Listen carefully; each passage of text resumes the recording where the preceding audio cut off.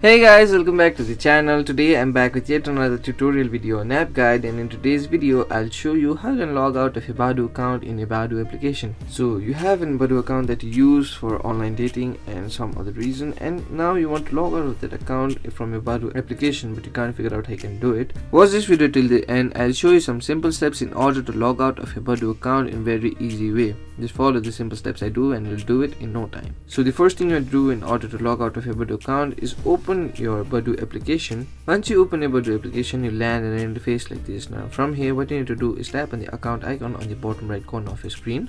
Once you do that, you land on your profile interface. Now here what you need to do is tap on the settings icon on the top left corner. Then from here what you need to do is tap on the accounts option. Once you tap on the accounts option, you land on an interface like this. Now here we have the option to sign out of your Badoo account. So if you want to do that, what you need to do is simply tap on this button. Once you do that, you'll successfully sign out of your Badoo account in your Badoo application. So those are the simple steps in order to sign out of your Badoo account in very easy way. So that will wait for today's video. Hope this video was helpful for you. If it was, hit the like button, subscribe to the channel, and I'll see you in the next video with some new information. Goodbye.